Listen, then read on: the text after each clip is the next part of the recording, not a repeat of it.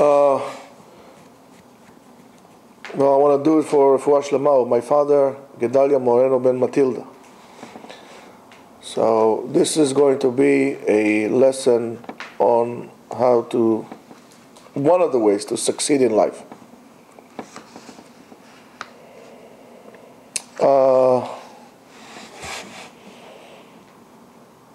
Yosef is known to be one of the most successful people in history. He did the unthinkable. He did the unthinkable. From a young lad who was sold into slavery, he had his motion. You know, he was up here by his father, went down slavery, went to Potiphar, goes to jail, and then he makes his meteoric rise and became second only to Paro, which was unthinkable. It's unthinkable. So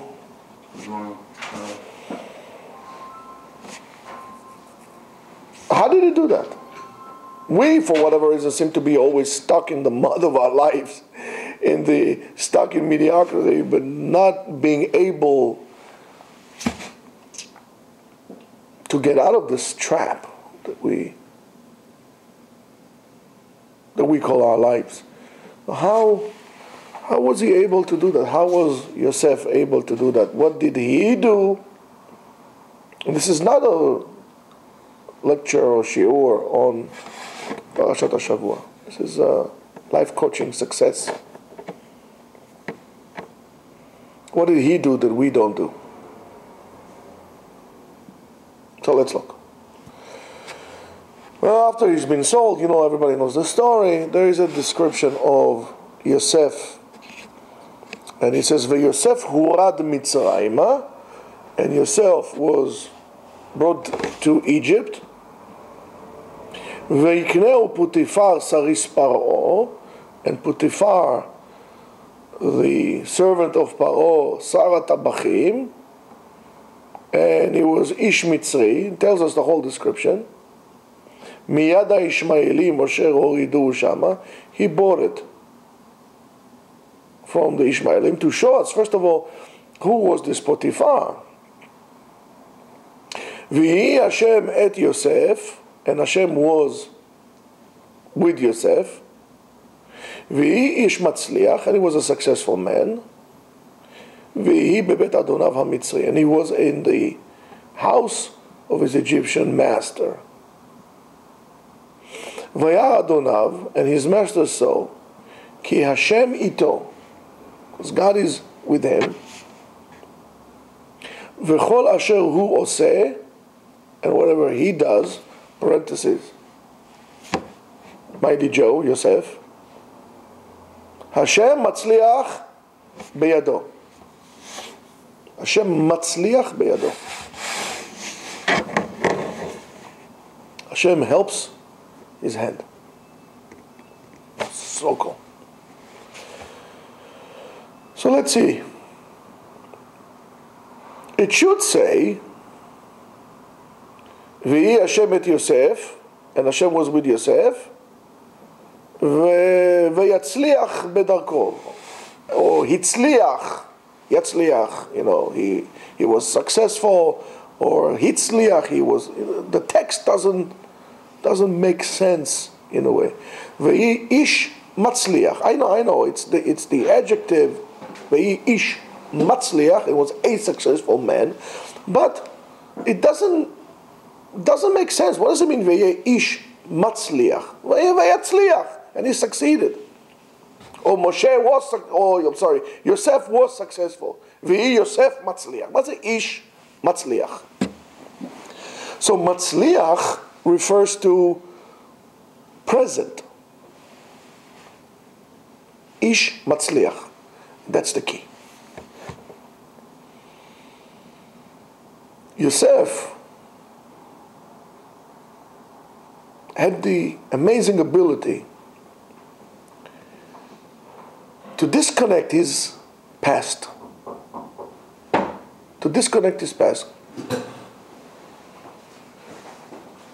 to disconnect from his past. Not to forget who he was or where he came from. Here, just give it but to disconnect from the hardship that had happened to him in his life in the past. Yosef did not go into this he did not go into this self indulgence on his own self-misery, saying, poor me, I was my father's beloved child, my brothers hated me, oh poor me, they sold me to the Ishmaelim, oh poor me, what have become of me? Oh, I'm a slave in Paro, in the Putifar. Oh, poor me. Oh. That's not Yosef. The Hatzlacha of Yosef is because he says, okay, right now I'm in this situation. Right now I'm here, and I'm going to make the best out of it, regardless of what happened to me in the past. Regardless of what fears motivate me or generated by me on my fears from the future. Or what will happen? Would I have parnasah? Would it be good? Would it not be good? This, that, and the other thing. He doesn't care about that. Right now I'm here. Okay, right now I'm at the bottom of the pit. And he was at the bottom of the pit. But right now I'm going to make the best out of it because I need to get out of here. I'm not going to worry about, I'm at the bottom of the pit, there's no water in it, full of scorpions and snakes. Oh, poor me. Oh, misken. He didn't do that.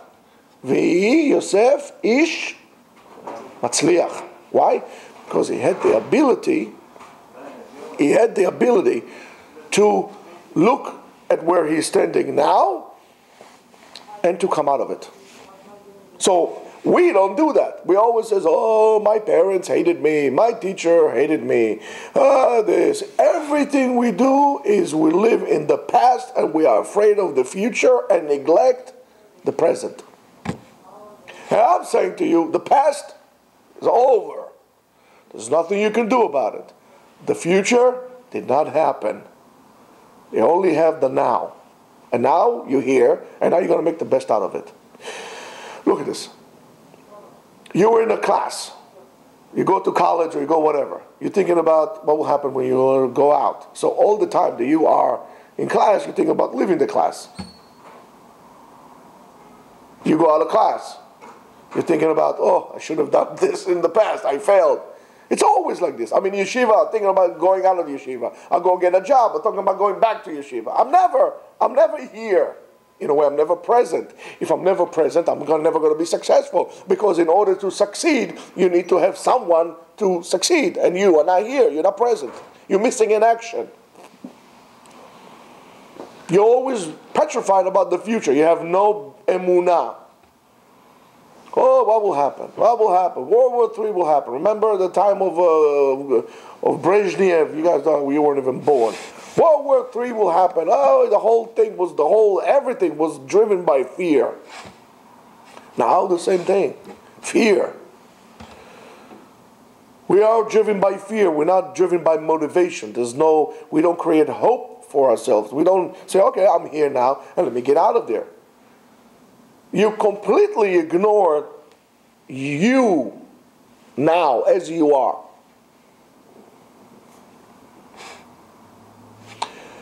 And you're never going to be successful. Ever. You're always reminiscing on the past and afraid of the future. Don't forget that. What motivates us is fear. We are motivated by fear. We're not motivated by intellect. And the way to succeed is to have it now. And when you're now, of course, you cannot come expecting anything. And that's the best thing you can do in your life. Expect nothing and get everything. Expect everything and get nothing. Where's Sam when I need him? And when you are expecting something, you're locking your mind into a certain mindset, or you live your life with expectation. So if you have, for example, an expectation, pressure, so-called, from people who expect you to score an A on your test, or people expect you to do well in the field of genetic medicine to win the Nobel Prize, they're not going to do that. You're not going to be successful because you're locking your mind instead of freeing your mind. What you need to do is unleash your mind. There's a research being done that says that people learn. I think they were doing a research like exposing them to the smell of smoke while they're sleeping, and they're trying to come up with the theory that there might be a way to teach the brain to stop smoking while you're sleeping. I wonder if you play Beethoven's, I don't know, whatever, piano concerto for whatever,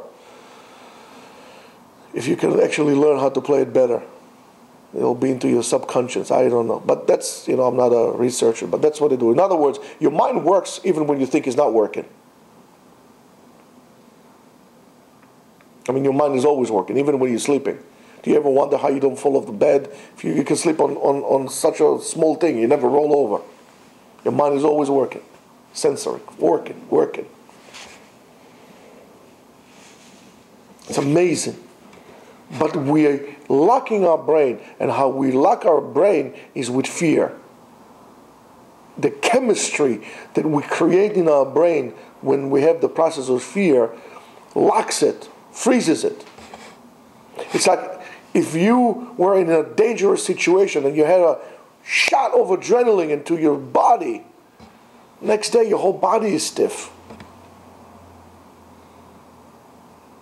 From that moment you went like that. So I didn't do anything. Why is everything hurting me? It's because of that. It locks your brain. It freezes it. And so that's the fear of the future. What happens to us when we live in the past? We become like dopamine junkies. Oh, in the past it was so good. Tick, little drip of dopamine. Drip. Instead of releasing this dopamine in your head by doing things now. Oh, when I was a child, I used to run so much. I used to work with wood. I used to do this. It was so much fun. So who's stopping you from doing that? Well, build cabinets, build crosses, I don't know, build whatever you want, build boats. Do something useful. I don't know. I mean, crossbow. You know what I'm saying? Nobody's stopping you. When you were young, you were, I don't know, I was so this from a black belt in karate. Okay, so what's stopping me to go through it again? What difference does it make? Go do it. Go become a black belt at 60 years old. Who's stopping you? Nobody's stopping you. You are stopping you. When I was young, I could sit down for hours and learn Gemara. Okay, so who's not sitting down and learn Gemara for hours? But nobody's stopping you. You stopping yourself. You live in the past, and afraid of the future.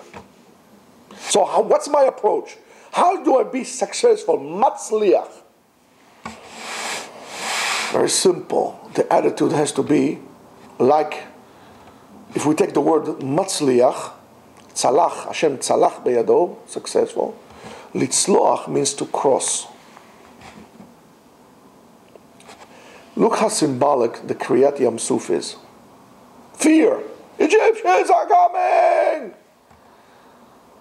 The ocean is there. The Red Sea is there. What should we do? What should we do? Panic. That's exactly what happened. Egyptians are. The past is chasing after us. The future is going to the ocean. What are you going to do? Don't worry. Look what Nachshon did. He jumped in. Have him not jump in. Litzloach, to cross the ocean, you need to jump in, to cut it into two. And that's what happened. Bnei Israel alchu bayam b'charava. They walked bayam, but in dirt. Why? Because they say, okay, let's go. Let's do it. Let's go. We're here. There's nothing to do. Why are we going to have them killed us? We're going to go. No, we're going to go. Here, Mashiach. And they were able to go. You need to break away the slavery inside of you by going and jumping in. Jump into the water. That's the only way to swim. You can spend all your life at the edge of the pool, right? You never learn to swim unless you go in. You want to be successful? Well, go in. Stop talking, go in. Oh, one day I'll change. You're never going to change. Not going to happen. You want to change? Change. Now. Not tomorrow. Now. Change your hardwiring, the way you think. I have it here. That's what I'm doing. That's my task ahead of me. I'm going to make the best out of it. Whatever that will be. Even if I started as a janitor at the 5th floor of the building, I'm going to make the best out of it. One day you're going to be working for me. I'm going to be the CEO. I'm going to do it. I'm not looking for my comfort. Okay, let me hide in my janitor closet over there. I'll just clean like this and hate everybody. Oh, they're successful. I'll sabotage the building. Be, BYM. I'll be the top janitor, right? And then I'm going to go to the 2nd floor, 1st floor, 2nd floor. I'll be working in the mailroom. From janitor, I don't know if it's better though, but never mind. From janitor, I'll work in the mailroom. From mailroom, I'll work in deliveries. From deliveries, I'm going to go here. All the way, I'm going to be all the way up on top, sitting in the corner office, at the 12th floor of the building, with a panoramic view to whatever it is out there, and say, man, I made it. I made it. Why? Because you were concentrating on the task ahead of you, trying to make the best out of it. It's okay, your muscles are sore a little bit. Okay, so it's fine, not a problem. That's a part of the fun when it hurts. That's success. That's success. That's the dopamine release, the fun and pain of success. You had a good workout. Your body is sore. You're feeling good. Before, you felt like a jelly donut on steroids. Now you feel good. That's good. You achieved something. But you're not going to be able to achieve if you're always thinking about what will happen, what happened, and what will happen. Do it now. Now, even if you did that, you're still not completely guaranteed of success. And what do I mean? It means also another change of attitude. And his master saw that God is with Yosef in anything he does. Asher hu oseh, he does. Hashem matzliach beyado. That was the downfall of Yosef. Yosef beyado. I did it, man. I did it. I did it. You did it? We're back again. Guess what? Go back to the pit. Go back to the pit. And Yosef goes back to the pit. You didn't understand the lesson. Go back down. Go to jail. Spend there. Go knock on the wrong doors. Say, listen, Sarah Mashkim. Oh, Sarah Tabachim. Please talk in my behalf. So on and so forth. It's okay. You can talk. It's okay. It's a free country. I mean, it's not a dictatorship. No, we're running a cult here. It's okay to talk. And only in the pit, when he's down there, again at the bottom, he realized, oh, I was wrong. And that's the change of the pasuk. V'yiten sar bet hasoar beyad Yosef et kol aserim asher bet hasoar. Again, Yosef is in jail. And jail at the time, it wasn't like today, it was a pit. And guess what? He's again at top. He's in charge of all prisoners. So Yosef, yes, in charge. Why? ואת כל אשר עושים, שם הוא היה עושה, right? Everything that was done is all according to him. אין שר בית הסוהר רואה את כל מאומה בידו. Why? באשר השם איתו, because God is with him. ואשר הוא עושה, השם מצליח. So basically it's the same pasuk. Hashem matzliach, Hashem matzliach. Minus one word. Yeah. Here, exactly. Here Yosef realizes it's not beyado. It's not my kochi ve'otzem yadi. Here's Hashem matzliach. When you come to recognize that all your success is because Hashem made it possible. Yes, you need to have the proper attitude. Hashem is not going to do the work for you. But it's only because Hashem made it possible. then you're going to be really successful, because it's not going to be taken away from you, because you always exceed more and more. And that's where he made the big change in his life, and he became second to Paro. Hashem Matzliach. And that's what we spoke before.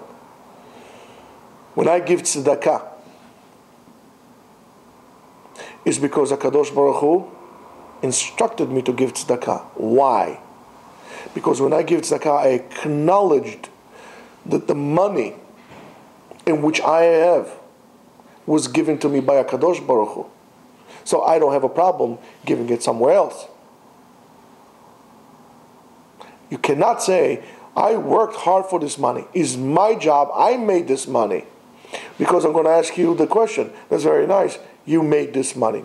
You work hard. Nobody disagrees with that. However, how did you get the job? How many jobs have you tried to get on your own and you didn't get it? And HaKadosh Baruch Hu, for whatever reason, which later on will sing to you, that's why I got this job. Who got you this job? Who made it possible for you to get the job? You can't do anything without HaKadosh Baruch Hu. How come you're talented in teaching? You're talented in science. He's talented in piano. This is talented in martial arts. This is talented with whatever his talent is, grace. People like him, see him. Where did you get this talent? Where you were born with it? It's a gift given to you. It's nothing self-generated. You decide to acknowledge a gift given to you by HaKadosh Baruch Hu and tapping into it. However, do not forget that it's from HaKadosh Baruch Hu. Otherwise, that gift or / opportunity will be taken away from you. When you think that you are so awesome and you are, let's say, the biggest scientist in the world, and it's nothing to do with HaKadosh Baruch Hu that made it possible for you to wire you in such a way to create the opportunities for you to flourish. If that's what you're going to think, and you're going to disacknowledge that, all of a sudden you're going to be jobless and unaccomplished and unrecognized. Look, if I'll take an apple seed, I have actually 2 apple seeds. Both have the same life potential to generate millions of apples in that one little seed. However, if I'll take one, now I am playing creator, I plant one, I'll put it in appropriate soil with balanced nutrients. I'll take one and I'll put it in soil that is not appropriate for it, maybe too acidic or too clayish. Both have the same potential. However, it was my decision to put it in here, to put it in here. The tree can never claim to itself, it was me, I made this. You know, because it was my decision to put you here, or to put you there. So you need to acknowledge that the success, the talents, the strength that you have in you, or there is in your life, were given to you on a loan from God. And you need to acknowledge HaKadosh Baruch Hu in anything you do, and therefore share this bracha, share this gift with others. If, let's say, you're good, argument's sake, in martial arts, don't keep it for yourself. Teach other people self-defense. You're good in science. Teach people not only science, the love to science. Share with them your passion to science. You're good at that, he's good at this, and so on and so forth. By sharing and not keeping it selfish, you are passing on and allowing yourself to receive more, because now I made more room to receive more. So when I give for myself to others, I'm creating more room for myself to receive more. That is called success. Shabbat Shalom, and be successful. Shabbat Shalom.